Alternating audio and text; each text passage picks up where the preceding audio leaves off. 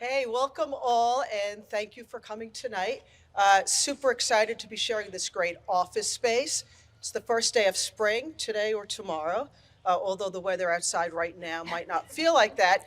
But mostly, thank you for coming to celebrate Women's History Month with us. I'm Jody Sinisi, CMO of Outfront, and I'm going to venture that I am the most senior person at Outfront here tonight. And I have the card to prove it. Last night when I got home, I went through my mail and there was my Medicare card.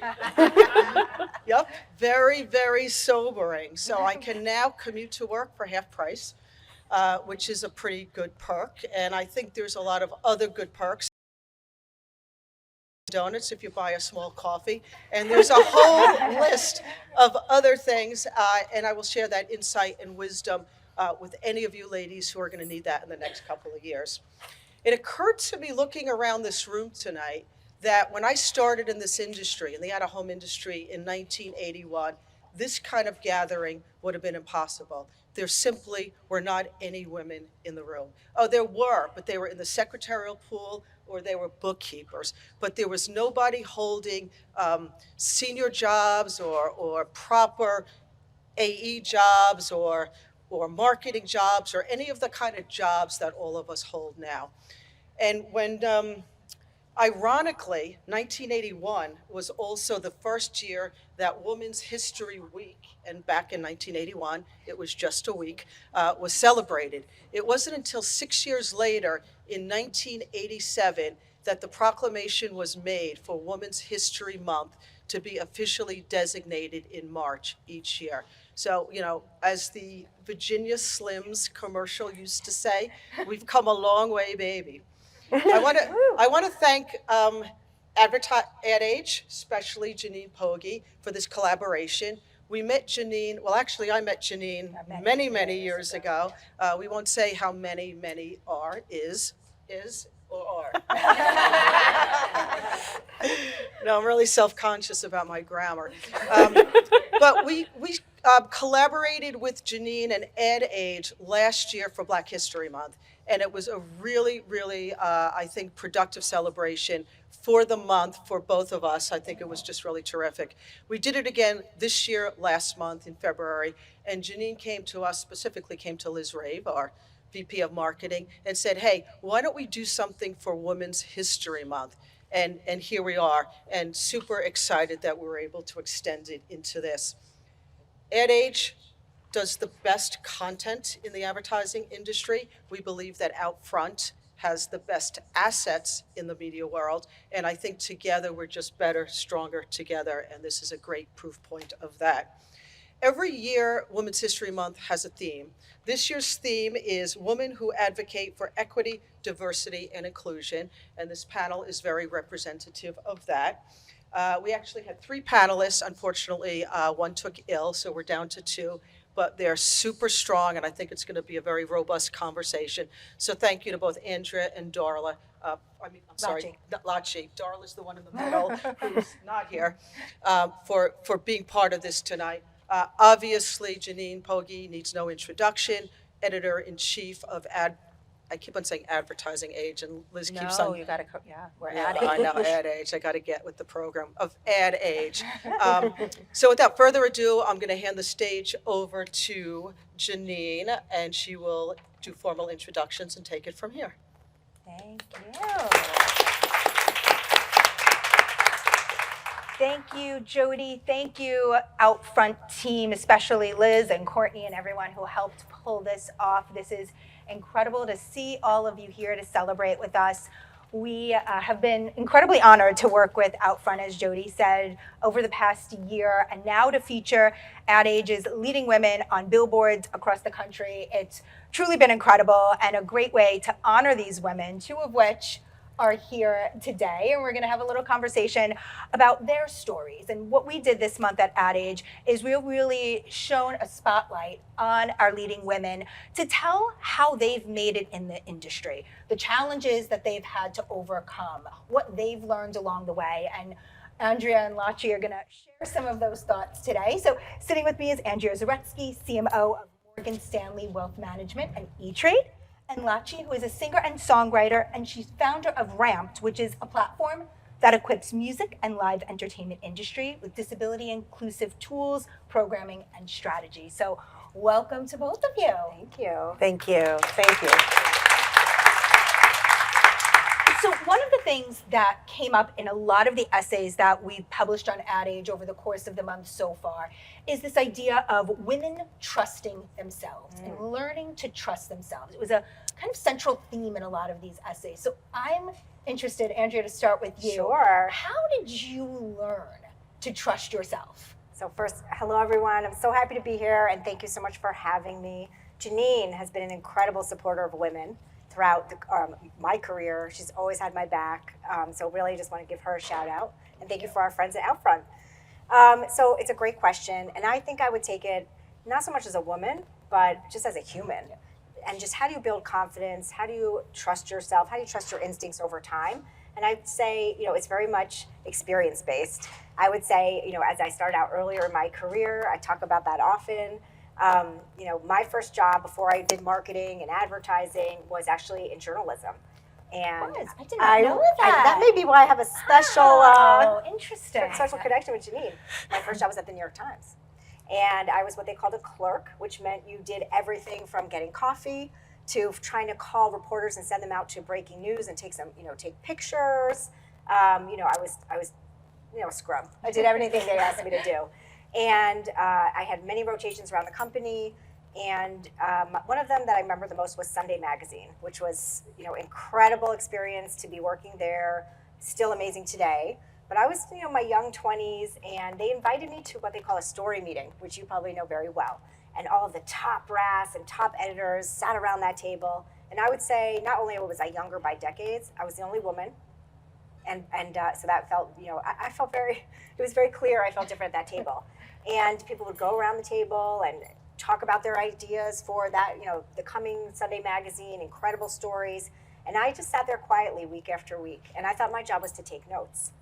And it turns out that they wanted to hear from me. Someone at that meeting pulled me aside afterwards and said, "Why don't you ever speak?" I said, I don't know. I was very intimidated. And they said, "You're here because you're young. You're here because you're female. We want the diverse perspective. We want to hear from you. And your job is to talk."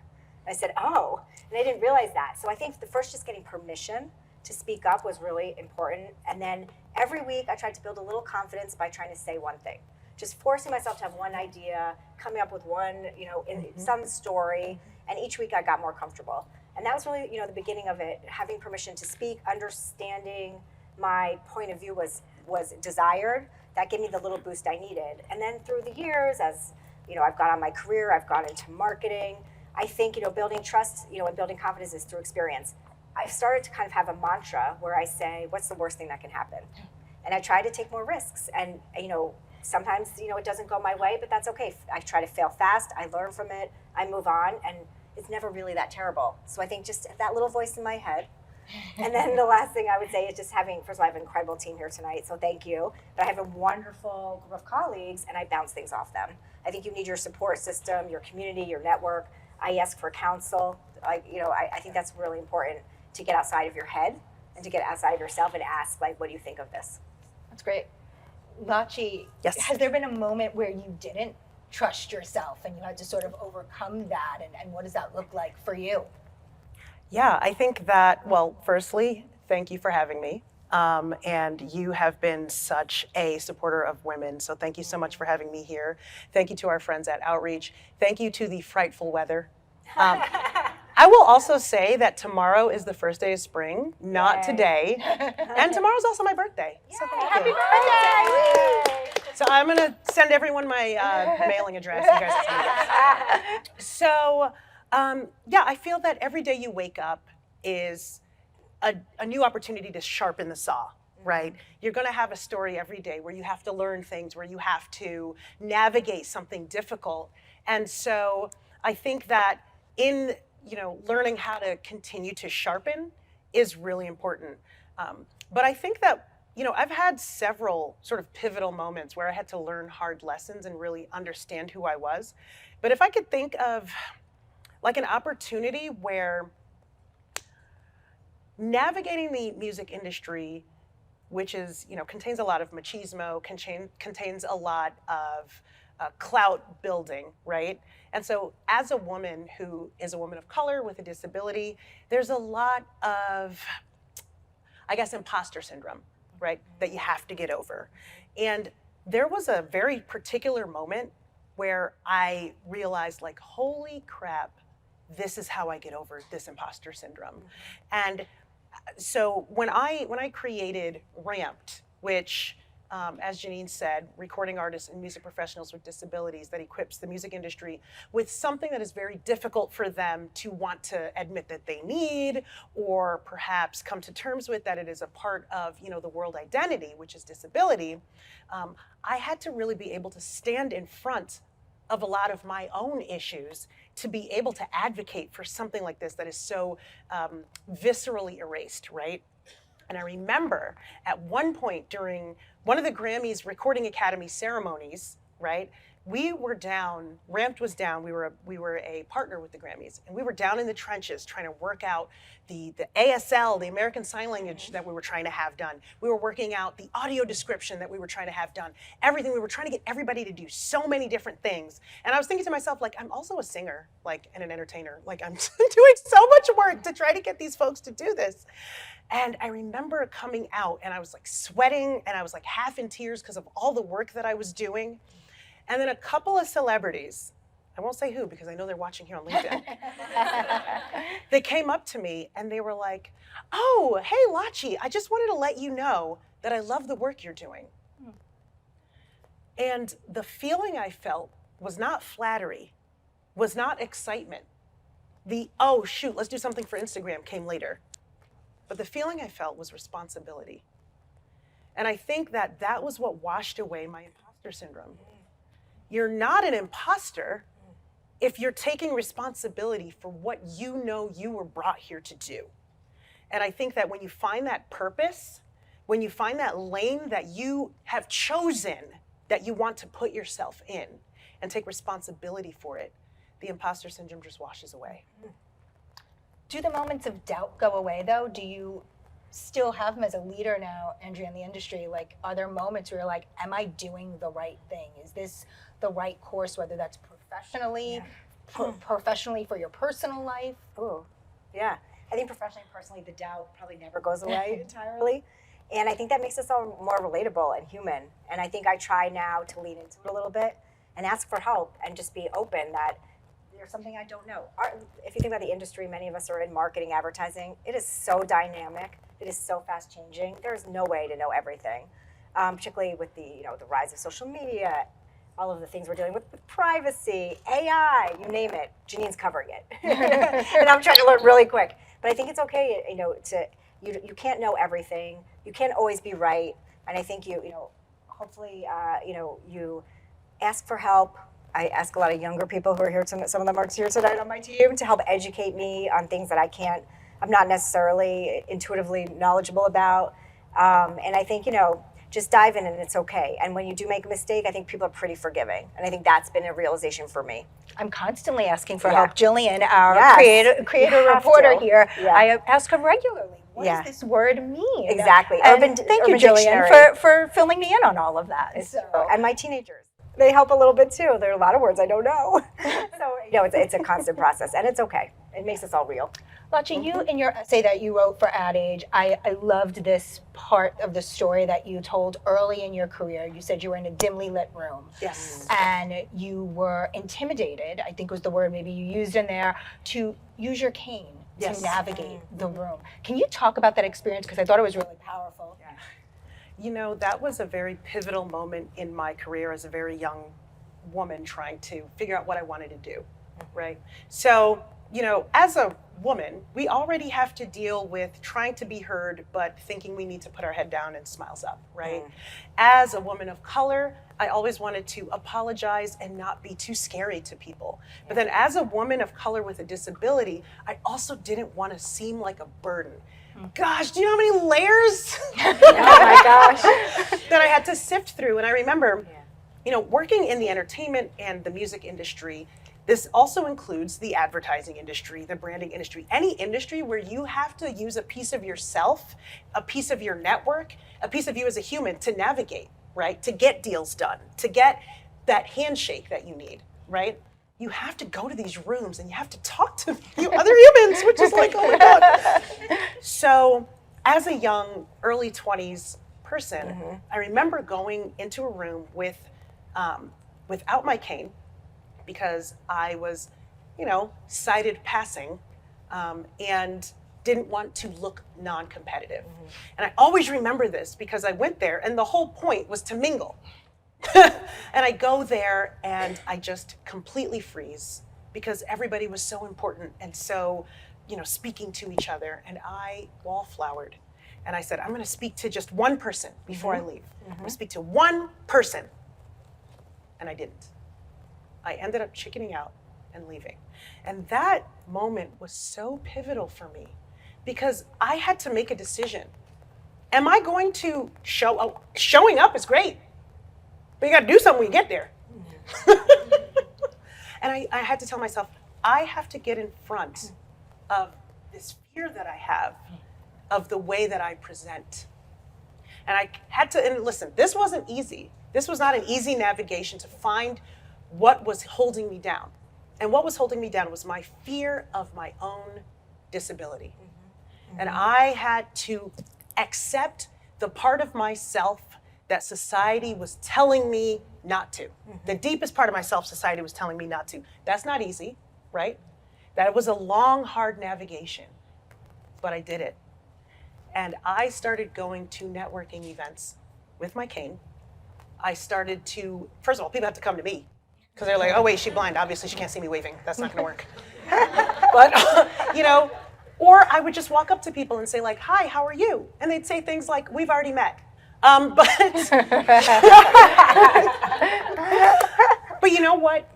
The point of the matter is that when I was finally able to stand up to myself and say, you deserve to be heard and seen, and you're not going to be able to sell anything until you can sell yourself to yourself, that I was able to start navigating these rooms and eventually sit on this panel across from Andrea.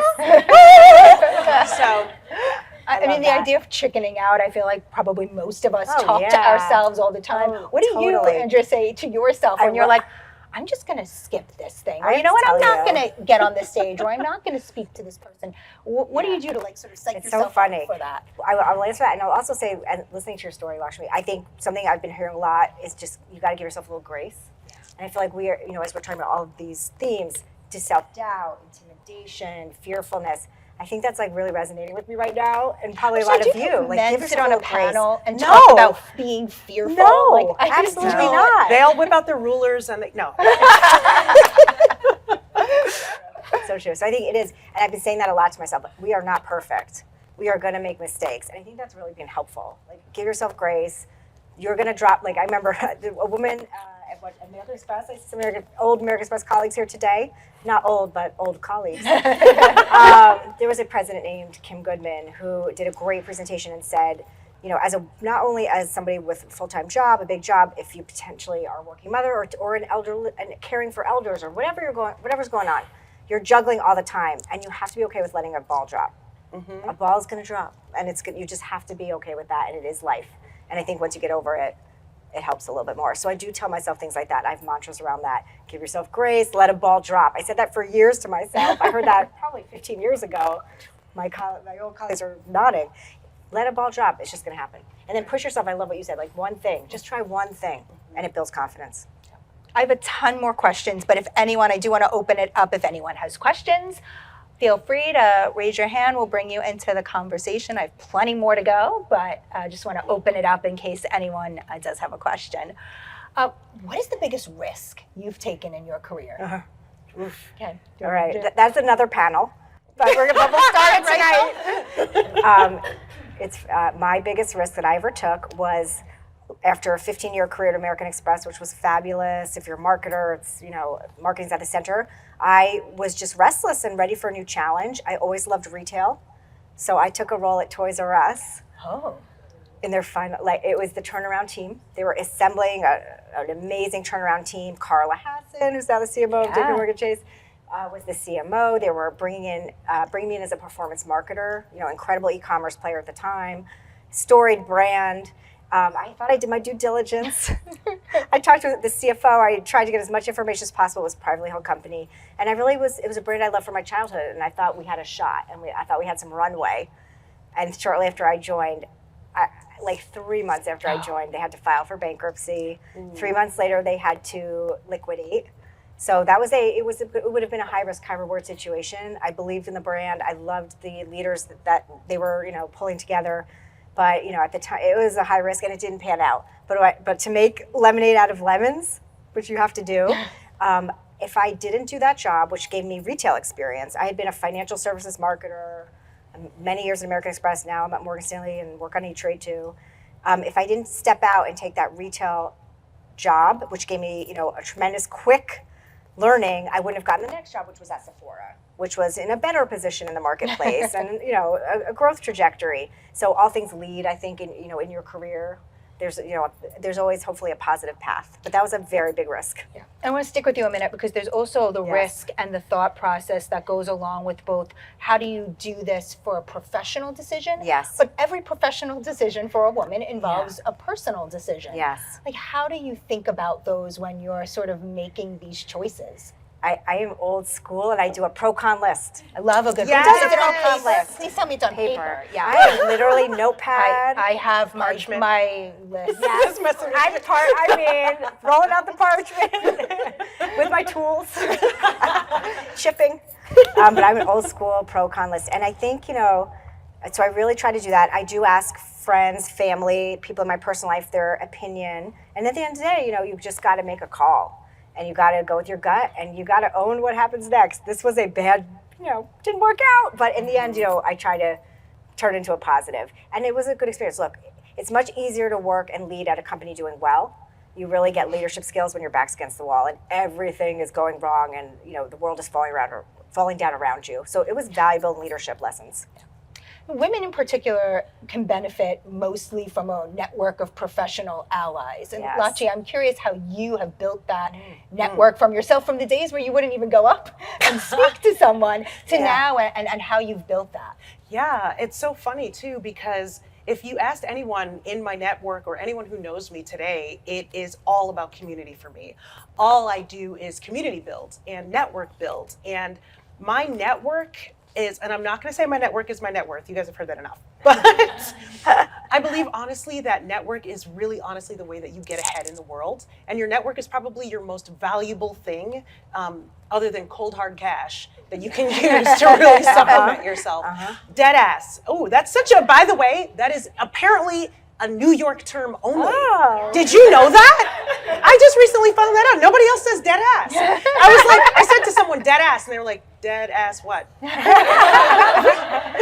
So, but one of the ways that I built my community, and I gotta underscore a few of the things you said, Andrea, like the whole idea of taking risks, risks are also, not as risky when you have community. Right? At least for yourself and for your decision making, because you have people to bounce things off of, right? But I think that one of the things that I really appreciate in community is reciprocity. When you're building your network, when you can look someone in the eye and know in your gut and in your heart that this is the kind of person that you're ready and willing to be generous with, and that they will be generous in return. That is the best network. And I think the way that I built my network was through my own authenticity. And so what I wanted to do was project my authenticity. Authenticity is a combination of boldness, but also vulnerability. And I think it's actually very bold to be vulnerable. And when you're able to really live in your authenticity, you attract other people who are authentic. You attract other people who have that same generosity that you have. And if you yourself are a visionary, you're gonna attract visionaries. And the beautiful thing about a really, really good network is you start to get like makeshift mentors. You start to get makeshift references that will go to bat and do anything you need because they know you'll do the same.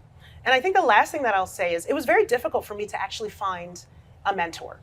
when I was younger, because I really wanted a female mentor to really help me on the come up, and it was difficult to find. And I didn't find my mentor till well into my career. So one of the things that I love to do is to turn back around and mentor. And I have found that as I mentor, I learn what I need. I learn what I thought I knew, but don't quite know yet. And so I still have people in my network that are my makeshift mentors that I can then go to for help. I mean, the learning, the growth, it never ends. As long as you're living and breathing, there is still room to grow, room to learn, and room to build. And I've only learned that through my very authentic visionary network. Can I say one last thing too? I feel like networks should also be super duper diverse. Yeah, that was my next. Yeah. Is this like if it's just a bunch of lachis around a table, like you're all just complimenting each other? What are you getting me for my birthday? Great. Yeah, exactly, right? I love So that. I feel like you have to have a very diverse table, whether it's diverse in race, ethnicity, gender, preference, location, class. You know, sometimes we don't recognize this, but like flyover versus East Coast, West Coast, I mean, that's diversity. And so I feel that having a very diverse network of people going like, well, hey, did you, especially in advertising, right? Because we can think that we know everything and the numbers can say stuff. But at the end of the day, even the numbers that we're collecting are skewed because we made the test, right? And so to have a varied network is really important. So before we wrap up, I really want to end maybe with like very quickly one or two takeaways of how this room can help elevate women in the industry. How can we do what Lachi is saying in terms of make sure there is diversity at the table? What are some action steps from both of you? Andrea, if you want to start. Sure. Like what are some best I'm so practices of passionate trying about to do this? First of all, I just want to say I'm in love with everything you said, Laura. Same to you as well. That was really important. And I think I'll build on one, which is the two-way relationship. You know, those of us, as you've come up through your career, if you're starting out, middle stage, getting on in years, I think it's really important to pay it forward. You know, even like you said, when you're early in your career and you're getting a mentoring relationship, whether it's formal through a company or informal through a friend, or you've asked someone to help you, how do you help them? I think that's so incredibly important. You could be incredibly helpful and do two-way and pay it forward as the mentee. And I think, you know, continuing to nurture those relationships as you go on is incredibly important. When you're in more of a position where you're able to influence in the workplace, make sure that there's always diversity and women on every slate for every job. I think that's something really actionable. When you have an interview slate for an opening, be very thoughtful and purposeful about who is on that slate and make sure it is incredibly diverse and there are very deep with females. And then if there's leadership programs, make sure you're advocating for women in those. And if there, you know, needs to be the one who's proactively driving, creating that women's leadership program and making sure that they are set up for success. That, you know, particularly, I'm coming from financial services, and also, you know, a more traditional wealth management or investment banking firm. You know, there's still work to do to make sure to diversify the ranks, in particular women. So anything, you know, you can do, if you don't see it, create it. Lachi, do you want to leave us with one action item? Yeah. Well, I mean, first of all, you're in this room. So everybody in this room came here to network, to know you. So learn about everyone. But I think the thing that I wanted to really leave everybody with is that there's this idea of, you know, sort of a, what is the word I'm looking for? I cannot find it right now. But I think what I'm trying to say is abundance mindset. So a lot of times folks think, well, I finally made it as the woman in the room. Let me hold on to my position. But the truth of the matter is, if you are the champion of bringing everybody, all the other women into the room with you, similar to what you were saying, Andrea, be that champion. Because at the end of the day, there is room for every woman at the table. There is room for, there's no such thing as a finite opportunity. You can build all of the opportunities that you want to see. You just have to have that abundance mindset. So please walk into these relationships that you're building with an abundance mindset. Andrea Lacci, thank you so much for joining us. Thank you all for being here. We at Ad Age have our Leading Women submissions open. So if you, someone in the room, one of your colleagues would like to learn more or to nominate someone, you could go to adage.com/leadingwomen. So hope to see everyone back here next year for this conversation. Thank you, everyone. Thank you.